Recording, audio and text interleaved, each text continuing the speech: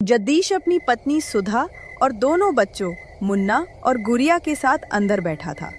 झोपड़ी के बीचों बीच एक छोटा सा दिया जल रहा था, जिसकी लौ हवा के कारण बार बार फड़फड़ा रही थी। सुधा, लगता है आज रात भारी पड़ेगी। बादल बहुत गरज रहे हैं। अगर बारिश हो गई तो ये पुरानी छत हमारा बोझ नहीं उठा पाएगी। जी, आप चिंता मत करो। मैंने उस कोने में एक बाल्टी लगा दी है जहाँ से कल पानी टपक रहा था। हम सिमट कर सो जाएंगे। भगवान ने चाहा तो रात कट जाएगी। कब तक कटेगी सुधा? रोज सोचता हूँ कि सेठ से कुछ पैसे मांगकर इस छत को पक्का करा लूं, पर वो सेठ, वो तो अपनी चमड़ी उधेड़ ले पर दमड़ी ना दे। पूरे दिन खौलती हुई चाय की पतीली के सामने खड़ा रहता हूँ। हाथ जल जाते हैं, पर तनख्वाह के नाम पर बस गालियाँ मिलती हैं। तभी अचानक आसमान में बिजली कड़की और बारिश शुरू हो गई। पहले धीमे धीमे, फिर मूसलाधार। झोपड़ी की छत, जो पहले से ही कमजोर थी, जवाब देने लगी। पानी की बूंदें पहले कोने में गिरी, फिर बीच में, और देखते ही देखते पूरी झोपड़ी के अंदर पानी की धार लग गई। बिस्तर गीले होने लगे। मुन्ना और गुड़िया नींद में हड़बड़ाकर उठ गए। बापू, पानी, मेरे ऊपर पानी गिर रहा है। उठो, सब उठो। सुधा, बच्चों को लेकर बाहर निकलो। ये छत कभी भी गिर सकती है। पर जी, बाहर तो गजब की ठंड है और बारिश भी हो रही है। हम कहाँ जाएंगे? अंदर रहे तो दबकर मर जाएंगे सुधा। जल्दी करो। जगदीश ने घर का थोड़ा बहुत सूखा कपड़ा और एक प्लास्टिक की पन्नी उठाई और वे सब झोपड़ी से बाहर आ गए। जैसे ही वे बाहर निकले, एक तेज आवाज के साथ उनकी झोपड़ी की एक दीवार ढह गई और छत का एक हिस्सा नीचे आ गिरा। अगर वे एक पल की भी देरी करते तो शायद आज की रात उनकी आखिरी रात होती। झोपड़ी अब मलबे का ढेर बन चुकी थी। उनके सिर पर अब सिर्फ काला आसमान था और शरीर पर भीगे हुए कपड़े। जगदीश ने पास के एक पेड़ के नीचे जगह देखी। उसने वहां प्लास्टिक की पन्नी तानी और बच्चों को उसके नीचे बिठाया। हवा बर्फीली थी। गीले कपड़ों में ठंड हड्डियों को चीर रही थी।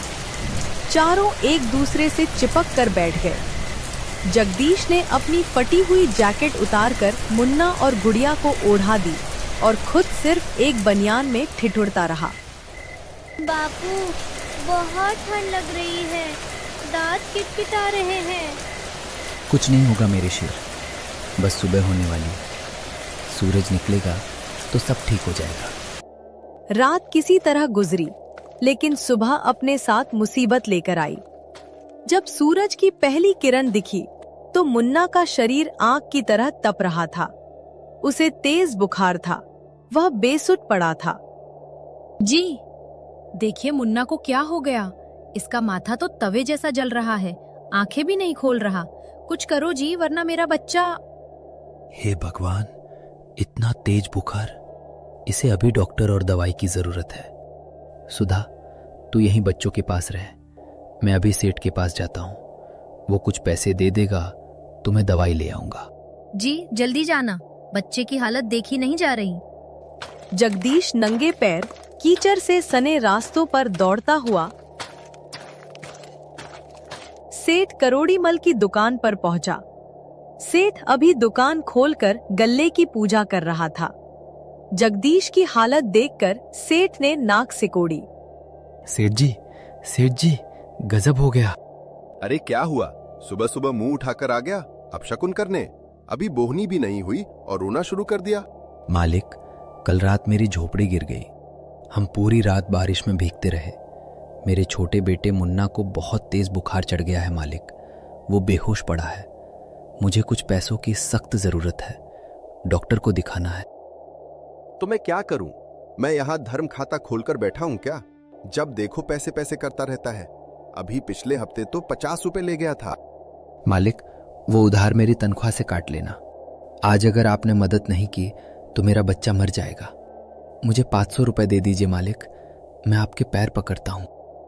500 रुपए? तेरा दिमाग तो खराब नहीं हो गया? तेरी महीने की कमाई नहीं है इतनी और एक बार में 500 मांग रहा है? कामचोर कहीं का, काम पर ध्यान देता ना आता है। मालिक, मुझे गालियां दे लो, मार लो, पर पैसे दे दो।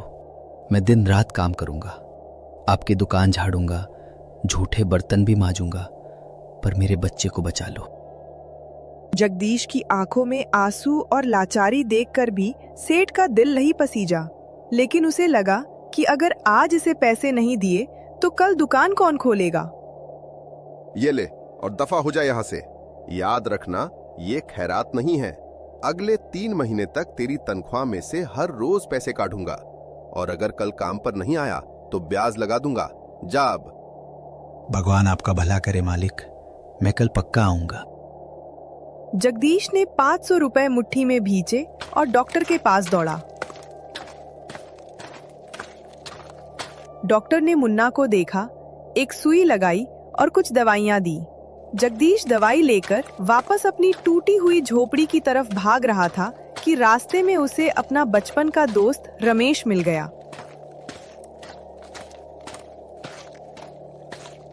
अरे जगदीश भाई रुक, ये क्या हालत बना रखी है और इतनी हड़बड़ी में कहां भाग रहा है? रमेश भाई, क्या बताऊं, विपत्ति का पहाड़ टूट पड़ा है, झोपड़ी गिर गई, मुन्ना बीमार है, अभी दवाई लेकर आ रहा हूं। क्या झोपड़ी गिर गई? तो अब तुम लोग कहां रहोगे? पता नहीं भाई, अभी तो खुले आसमान के नीचे है, समझ नहीं आ रहा क्या करूं। देख जगदीश, हिम्मत मत हारना। मेरे पास ज्यादा पैसे तो नहीं हैं, पर ये ले 50 रुपए, बच्चों के लिए दूध ले लेना। और हाँ, तेरी वो पुरानी सब्जी वाली रेहड़ी जो कबार में पड़ी थी, वो अभी भी तेरे पास है ना?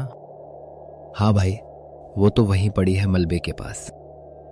तो सुन, उसे ही अपना घर बना ले। बांस और पन्नी तो तेरे पास है ही, जमीन पर सोने से अच्छा है रेहड़ी के ऊपर घर बना। कम से कम जमीन की सीलन और कीड़े मकोड़े नहीं लगेंगे।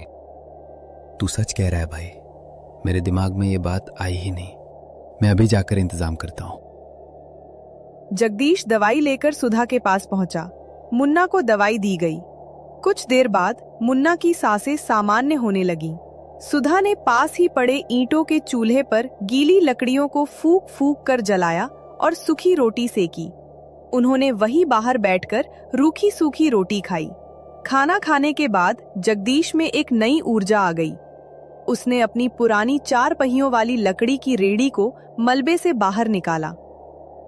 सुधा, अब हम जमीन पर नहीं सोएंगे, मैं इस रेहड़ी को ही हमारा किला बनाऊंगा। पर जी, ये तो बहुत छोटी है, इसमें हम सब कैसे आएंगे? गरीब की चादर छोटी ही होती है सुधा, उसी में पैर समेटने पड़ते हैं। तू देख मैं क्या करता हूं। जगदीश ने इधर उधर से कुछ मजबूत बांस के डंडे जमा किए। उसने रेहड़ी के चारों कोनों पर 4 डंडे मजबूती से बांधे। फिर उसने अपनी टूटी हुई झोपड़ी से बची हुई लकड़ी की फट्टियों को उठाया और उन्हें रेहड़ी के 3 तरफ दीवार की तरह कीलों से ठोक दिया। ऊपर छत बनाने के लिए उसने एक पुरानी मेज की प्लाईवुड और उसके ऊपर वो मोटी प्लास्टिक की पन्नी डाली जो सेठ की दुकान से कभी लाया था। उसने हवा रोकने के लिए चारों तरफ से उसे रस्सियों से कस दिया। शाम होते होते वह साधारण सी सब्जी वाली रेहड़ी एक चलते फिरते कमरे में बदल गई। अंदर उसने पुराने गद्दे और बोरियां बिछा दी। आ जाओ बच्चों, देखो तुम्हारा नया घर। रात हो चुकी थी और ठंड फिर से अपना कहर ढा रही थी। मुन्ना, गुड़िया और सुधा रेहड़ी के ऊपर चढ़ गए। जगह कम थी, इसलिए वे एक दूसरे से सटकर लेटे। जगदीश रेहड़ी के मुहाने पर बैठा था ताकि हवा अंदर ना जाए। भले ही महल नहीं था, लेकिन उस लकड़ी के डिब्बे में बाहर की कड़ाके की ठंड से राहत थी। अगली सुबह मुन्ना की तबीयत में सुधार था। जगदीश ने सुधा को समझाया, सुधा, तुम बच्चों का ख्याल रखना, मैं दुकान जा रहा हूं। सेठ बहुत गुस्से में था, अगर आज लेट हो गया तो नौकरी से निकाल देगा। जी आप जाओ, मैं संभाल लूंगी। जगदीश फिर से दौड़ता हुआ सेठ करोड़ी मल की दुकान पर पहुंचा। वह दुकान के अंदर घुसने ही वाला था कि उसने देखा वहां एक नया लड़का जो मुश्किल से 18 साल का होगा चाय बना रहा है। सेठ गद्दी पर बैठा मुस्कुरा रहा था। सेठ जी, राम राम, मैं आ गया काम पर। ये लड़का कौन है? आ गया तू? बड़ी जल्दी आ गया, पर अब तेरी जरूरत नहीं है जगदीश। क्या मतलब सेठ जी? आपने तो कल 500 रुपए दिए थे। मैंने वादा किया था कि मैं काम करूंगा। पैसे दिए थे तो क्या खरीद लिया मुझे? देख, ये छोटू है, ये गांव से नया आया है। तू मुझसे दिन के 300 रुपए लेता था, ये 150 रुपए में काम करने को तैयार है। और ये जवान है, तेरे से ज्यादा फुर्तीला है। मुझे अब बूढ़े घोड़ों की जरूरत नहीं। सेठ जी, ऐसा मत करो। मेरा घर टूट गया है, बच्चा बीमार है। अगर नौकरी चली गई तो हम भूखे मर जाएंगे। मैं 200 में काम कर लूंगा मालिक। अरे भाई, चिक चिक मत कर, धंधा है ये। मुझे जहां मुनाफा दिखेगा वही करूंगा। और सुन, वो 500 रुपए जो दिए थे वो मैं तेरी पिछली रुकी हुई तनख्वाह से काट लूंगा, हिसाब बराबर। अब चल निकल यहां से, ग्राहकों को आने दे। जगदीश के पैरों तले जमीन खिसक गई। जिस सेठ के लिए उसने अपने हाथ जलाए, उसने 150 रुपए के लालच में उसे दूध से मक्खी की तरह निकाल दिया। जगदीश की आंखों से आंसू बहने लगे। वह बेजान कदमों से वापस अपनी रेहड़ी की तरफ चला।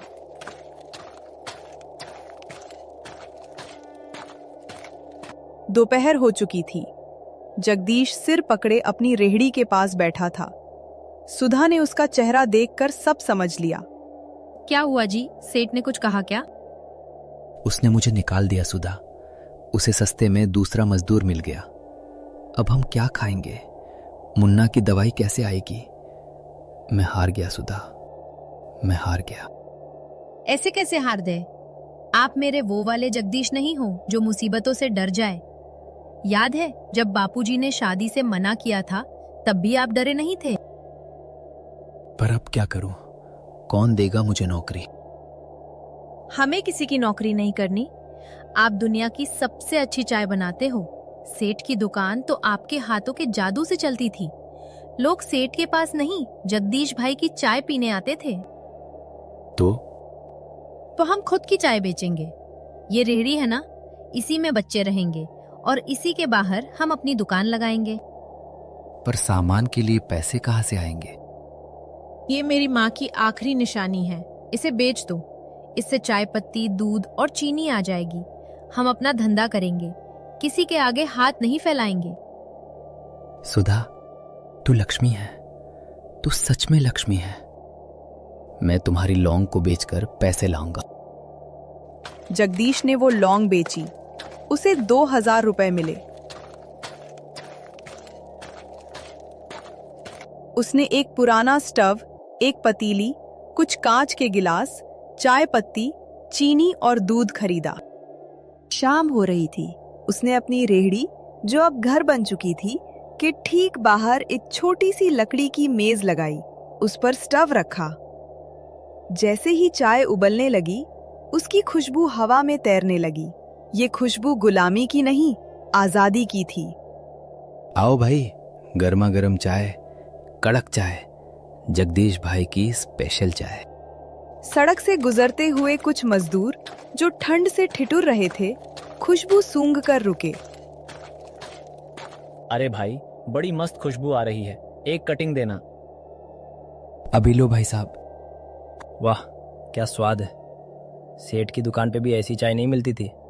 अब तो हम रोज यहीं आएंगे। उस शाम जगदीश ने 50 कप चाय बेची। जब रात को उसने कमाई के पैसे गिने तो वो 300 रुपए थे, सेठ की दिहाड़ी के बराबर, लेकिन बिना किसी गाली के। बापू, चाय की खुशबू बहुत अच्छी है। जगदीश ने मुस्कुराकर अपनी पत्नी और बच्चों को देखा। बाहर ठंड थी, पर आज उनके 4 पहियों के घर में सुकून की गर्मी थी।